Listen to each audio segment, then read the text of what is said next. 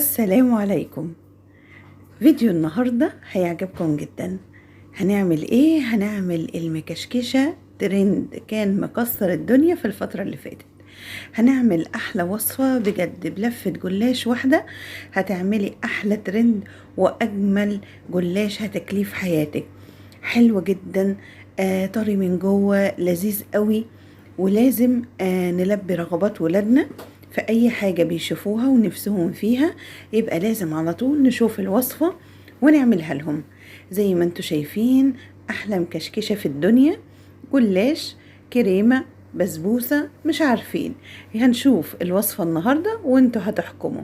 انا شيرين ودي قناتي حلوة وحادق مع شيرين.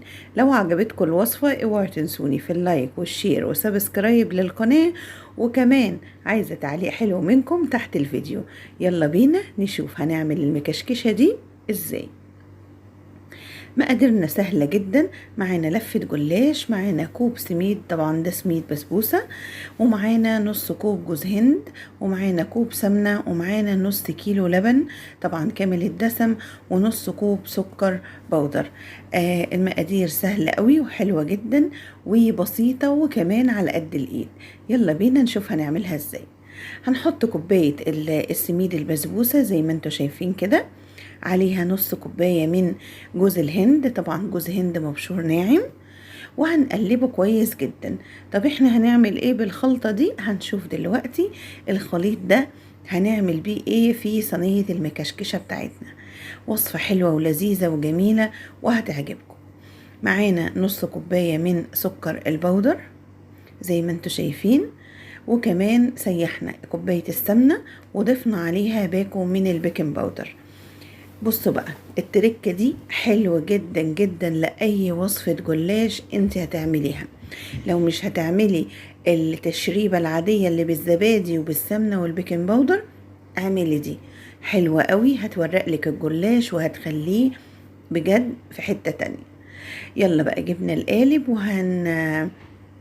ندهنه بطبقة من السمنة كويس جدا، وهنبتدي بقى نجيب الجلاش بتاعنا ورقتين ورقتين كده، وهنشوف هنحشيه ازاي.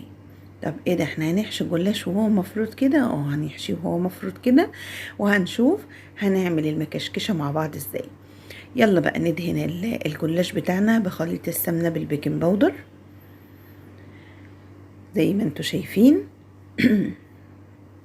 وهنبتدي نجيب الخلطة بتاعتنا اللي هو السميد والجوز الهند وكمان السكر البودر. طبعا الجوز الهند هنا اختياري، بس صدقوني بيدي طعم ونكهة حلوة جدا جدا للوصفة بتاعتنا. طب كده الخليط ده ممكن يقع؟ لا، هو هيمسك في السمنة اللي احنا دهناها، مش هيقع بأمر الله. يلا بقى نطبق الورقتين بتوعنا زي المروحة كده. فاكرين زمان كنا في المدرسة بنمسك ورق من الكراسة كده ونقعد نعمل مروحة كده؟ كانت أيام جميلة والله. هنعمل نفس المروحة دي بقى. افتكري بقى أيام زمان كده واعملي أحلى مروحة عشان المكشكشة بتاعتنا تطلع حكاية. أول حاجة هنجيبها نحطها في الصينية بتاعتنا وهنسندها كده لحد ما نجيب أختها جنبها تسندها. طبعا احنا عارفين ان الاخوات بيسندوا بعض. يلا نعمل واحدة كمان عشان نأكد الطريقة. جبنا ورقتين جلاش ودهناهم كويس جدا جدا بخليط السمنة والبيكنج باودر. هنوزع السمنة بتاعتنا كده على ورقة الجلاش، وهنبتدي نجيب الخليط بتاعنا ونضيفه على الجلاش بتاعنا. الخلطة دي حلوة قوي. طب ينفع نستبدلها؟ لا، هي الوصفة كده. انت حابة تضيفي اي اضافات تانية دي حاجة ترجع لذوقك، بس احنا بنعمل المكشكشة الترند اللي كانت مغلبة الناس. ايه اللي محشية جوه المكشكشة؟ إيه اللي محشي جوه المكشكشة؟ هو ده اللي محشي جوه المكشكشة. يلا بقى نطبق الورقة بتاعتنا زي المروحة كده زي ما انتوا شايفين. سهلة جدا وبسيطة، وممكن ولادك يساعدوك فيها وهيبقوا مبسوطين جدا جدا وانتي بتقدمي الوصفة دي لان هم شاركوا فيها. خلصنا الكمية بتاعتنا كلها زي ما انتوا شايفين كده، وهنعمل بقى التشريبة بتاعت الجلاش بتاعنا. هنعملها عبارة عن كوبايتين من اللبن زي ما انتوا شايفين طبعا اللبن ده كامل الدسم. تمام. وكمان هنضيف عليها 3 معالق من النشا، هنقلبهم كويس جدا. دي مهلبية، بس احنا المهلبية بتاعتنا عايزينها سايلة، مش هنسويها المرة دي على البوتاجاز، لا احنا هنسويها جوه الفرن. ودي طريقة حصرية عندنا هنا في قناة حلوة وحادق مع شيرين. أول مرة مهلبية تستوي جوه الفرن بالشكل اللي انتوا شايفينه ده. اللي عايزة بقى تعززي طعم المهلبية دي براحتك، حطي فانيليا، حطي زبدة، ضيفي عليها كريم شانتيه، براحتك جدا. وديها في حتة تانية زي ما انت عايزة. اي طعم انت بتحبيه ضيفيه، هيعزز الطعم معاكي. سقينا الجلاش بتاعنا وبقى جاهز ان هو يدخل الفرن. بنقلبها بس كده عشان نتأكد ان هي اتوغلت في كل انحاء الجلاش.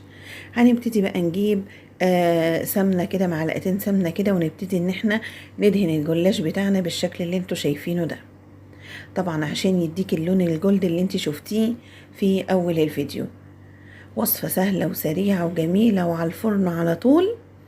هنحطها في الرف اللي في النص على درجة حرارة 180. اول ما تستوي من الجناب هنبتدي نرفعها على الشواية لغاية ما تاخد اللون ده، وهنبتدي نخرجها وهي سخنة. هنسقيها بالجلاش بالشربات. الشربات بتاعنا كوبايتين سكر لكوبايتين مية، عصرة ليمونة بعد الغليان، ونطفي بعد 10 دقايق من عصرة الليمونة. الشربات بارد والجلاش سخن. المكشكشة بتاعتنا تبارك الله حلوة جدا، ريحتها ممتازة بجد، هتعجبكم جدا جدا. من احلى الوصفات الحلوة اللي انا عملتها بجد على القناة. عايزاكم تجربوها واعرف رأيكم في الكومنتات. احنا هنا بقى هنقطعها، استنينا لما هديت شوية كده من السخونية، وهنبتدي بقى نقطعها عشان نوريكم الجمال بتاع المكشكشة من جوه. شايفين ما شاء الله حلوة جدا، طرية من جوه، كريسبي من بره، طعمها حكاية. فعلا الأكل نفس يا جماعة، وأنا بكرر وبقول الكلام ده كتير جدا. ياما ناس بتعمل أكل وبتكلفه وبيبقى مش حلو. أنا هقول لكم مش حلو ليه؟ لأنها مش عاملاها بحب، مش عاملاها براحة نفسية. مش شرط الخامات عندك كتير، مش شرط تطبخي بسمنة بلدي. أهم حاجة إن انتي تبقي حابة الطبخة اللي انت بتعمليها، حابة الحاجة اللي بتقدميها لضيوفك بروح حلوة او لبيتك او لولادك.